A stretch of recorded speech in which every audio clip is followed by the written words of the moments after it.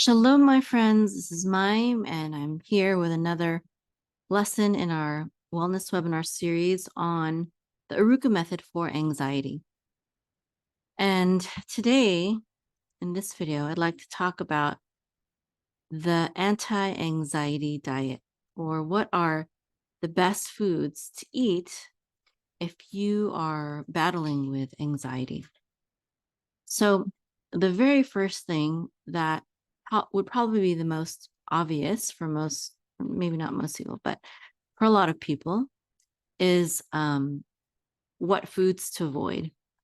And if you're suffering from any kind of health issue, actually not just anxiety, but any health issue, including anxiety, you have to cut out sugary sweets, unnatural sweets, desserts, candy, soda pop, all that kind of stuff. Sugar is not good for your immune system. And I'm talking mostly about white sugar and also the fake sugars like sweet and low and equal and stuff like that. Um, and the fake sugars and chemicals that are found in those sweets and also in chips and crackers and a lot of processed foods, the chemicals, they have excitotoxins that basically mess with your mind. They mess with your brain. And it's not something that you want to be consuming when you're dealing with anxiety or any other health issue. So you have to cut out all the processed foods if you're serious about healing. No more Pizza Hut, no more Little Caesars, no more Taco Bell, no more McDonald's, no more Doritos, no more, I don't know what kind of normal junk food people eat, M&Ms, whatever. And you may think, something in here is healthy, but if you're eating it from a fast food restaurant or from a packaged, from a bag, basically, instead of cooking it yourself, then they will be adding chemicals and preservatives that are harmful to your immune system and also to your brain. So sugary foods and processed foods, definitely cut them out. Now, when it comes to caffeine and alcohol, I consume caffeine myself, coffee and tea, such as black tea, white tea, green tea. Coffee and tea are very high in antioxidants, and this is actually the main source that Americans get antioxidants from is coffee and tea. However, for a lot of people, caffeine can be a cause of anxiety for them. So if that is the case with you, if you know that caffeine, especially caffeine consumed later in the day, can cause anxiety for you, can prevent you from relaxing and being calm, then it would be better to either cut it out or at least limit it to the AM, to the morning hours. And alcohol as well. I drink small glass of wine once a week on Shabbats, and that's it. Just one glass of wine per week. And for a lot of people, consuming too much alcohol can mess with their mind again, just like caffeine and other things. So with those things, it's just better to drink it in moderation or abstain from it completely while you're trying to heal. Now, this part that I'm about to say is oftentimes shocking to people because most people don't realize how necessary fat is for mental health. And I'm talking primarily about animal fat, saturated fat, and omega-3 fat. Okay. These fats are essential for your brain to function. Your brain doesn't need carbs. Your brain doesn't even need vegetables. It primarily runs off of fat. It uses fat for fuel, your brain. So some really good foods to eat are wild caught fish, especially salmon, very high in omega-3. I know a lot of people will say, oh, the fish is contaminated. mercury, et cetera, et cetera. And my response to that is everything's a little contaminated in our world today. But salmon has far less mercury than things that people are putting into their bloodstream these days and mandating. Okay, so I definitely eat salmon more than once a week. Even when I'm pregnant, I'll eat it at least once a week. Salmon, tuna, these foods have very good omega-3s that are necessary for your brain and mental health. Everything's contaminated unless you're growing your own food, which means hunting your own animals or growing your own animals and growing your own fruits and vegetables. I don't want to hear it. Unless you're growing all of your own food yourself, don't be scared of meat. Don't be scared of salmon. Someone said to me the other day, aren't you afraid about them injecting mRNA into the animal population? And I'm like, everything's contaminated. But, when we do enough good things, when we have enough good habits in our life, it will outweigh the attacks on our system and on our food supply, et cetera, et cetera. We just have to do the best we can. What are we going to do? Hide in a hole? Just eat oats all day? That's not good for us either. Okay. So salmon, grass-fed beef and red meat, like goat, lamb. These foods are very necessary. The saturated fat in these foods are very important to our mental health. Raw butter and cheese, ghee. Now, I say raw butter and cheese because this is the healthiest way to eat dairy, butter, cheese, milk, with the enzymes still intact and not killed through pasteurization or high heat. Also, whole milk dairy products, and that means that it should be whole milk, not low fat, and certainly non-fat. The more you cut away dietary saturated fat, animal fat from your diet, the more likely you are to suffer from mental health issues such as anxiety and depression. And I'll give you some resources about that later. So whole milk dairy products, organic chicken and eggs, the yolks.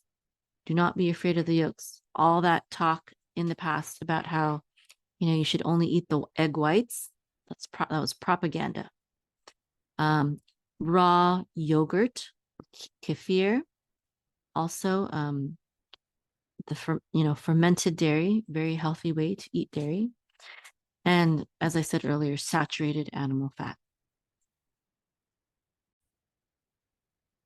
Now, if you'd like to read more about, if you'd like to unravel and discover the truth about the propaganda that has been promoted against butter, meat, cheese, all that basically animal fat and saturated fat, I highly recommend this book. It's called The Big Fat Surprise by Nina Teicholz. I'm not sure if I'm pronouncing that right, but Nina Teicholz.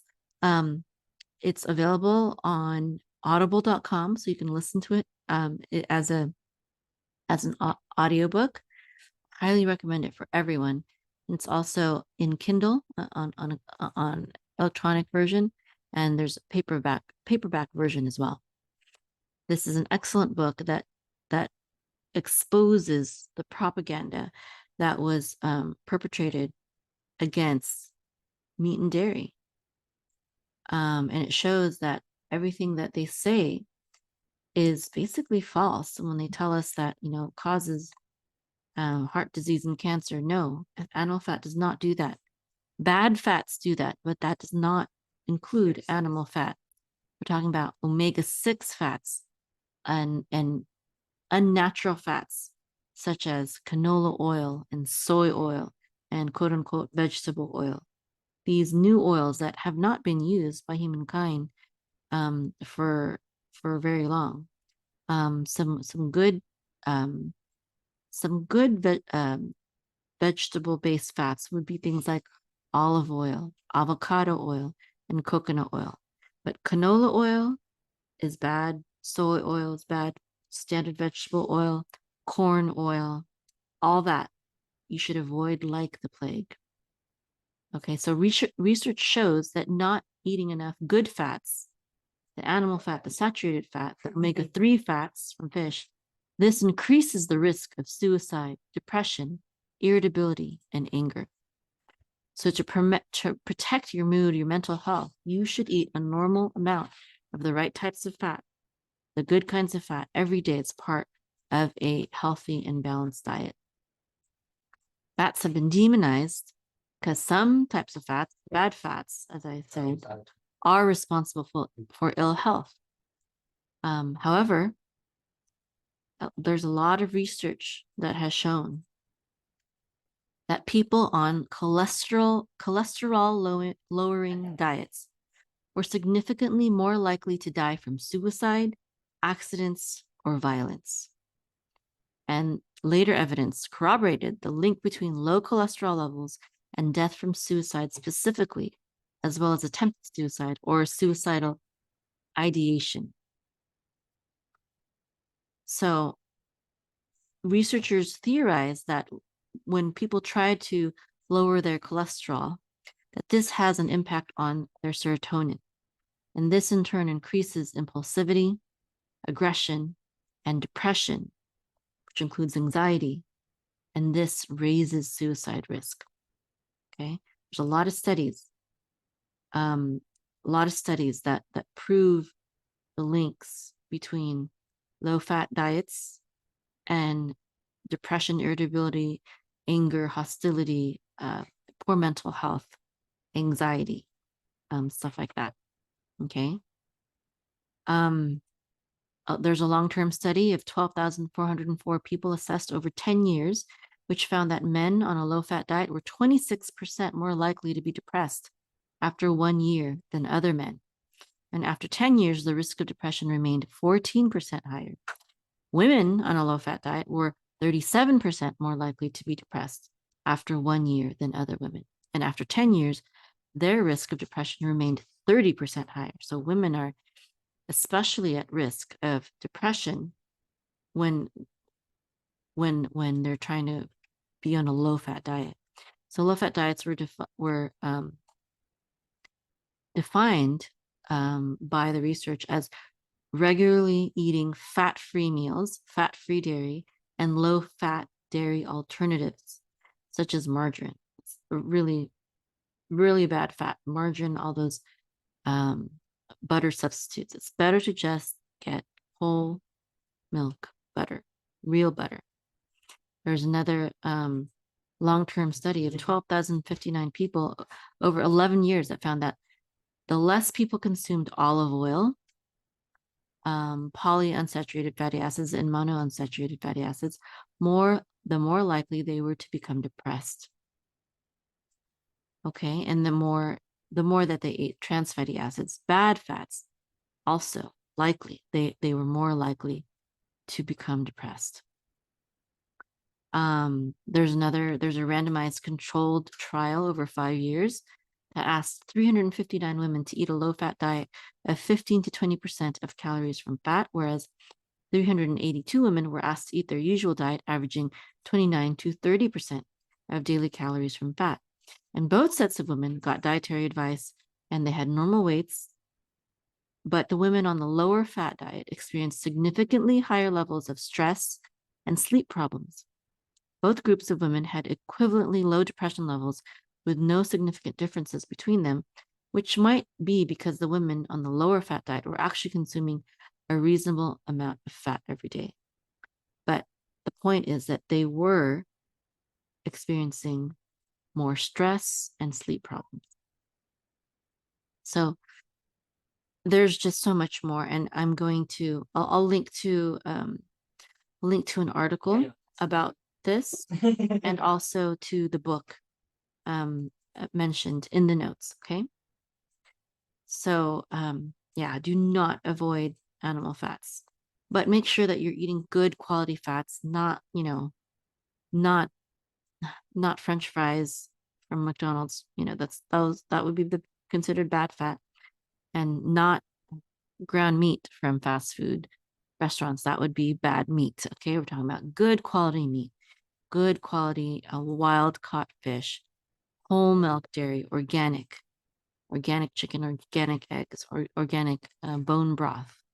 Okay, these are good fats that are essential for mental health, that are good for and necessary for mental and brain health.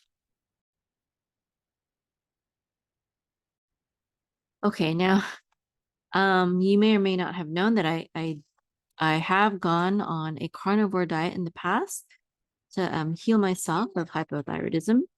And the carnivore diet has been beneficial to many people for anxiety and depression as well. There are a lot of people who use the carnivore diet to get themselves off of prescription psychiatric drugs. So it is definitely a method, the carnivore diet, that can help you with anxiety and depression and all sorts of mental health problems. But it's not easy to do for long term. I only did it for a few months and I accomplished my healing, and now I'm back to a more normal diet.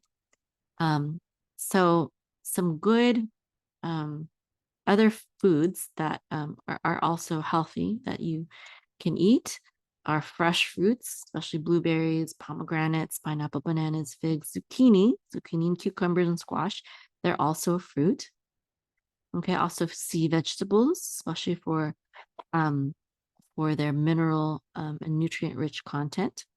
And also, as I mentioned before, healthy fats such as avocado, coconut oil, and olive oil.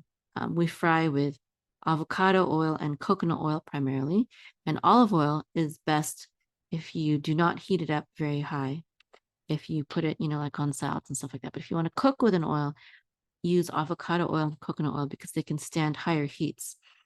Olive oil is a good oil, but it's better if you consume it not cooked, not with high heat. Now, I'd like to say that I am available for personal health coaching, and either me or one of my health coaches. Just go to our website at arukah.com, and we have some meal planning guides that we make available for good gut health, and what to eat, what to shop for, how to prepare the food, etc. If you would like more guidance on that. And another thing that I would recommend is that you get a holistic health consultation on your specific diet, because a lot of people think that they eat healthy, and when I get in there and they report exactly what they're eating, exactly what types of things they're eating, they're not. They think they're being healthy because they're eating plant-based or vegetarian or something like that, and they're not even doing that as healthy as possible. It's really bad. There's so much misleading labeling that's going on. You see these boxes and they'll say like fat-free or plant-based, and you'll think that it's healthy, but it's not. It's filled with chemicals and bad oils and all sorts of junk. So I really highly recommend everyone to at least get a personal health consultation, and definitely sign up for the Arukah certification program, where you'll really, really uncover what it means to attain and achieve and pursue holistic health and healing. Okay. So if I'd like to also remind you to get the notes and the slides for this topic, this lesson on the Arukah method for anxiety, holistic health and healing for anxiety. You can get that at arukah.com/anxiety, ARUKAH.com/anxiety. Shalom.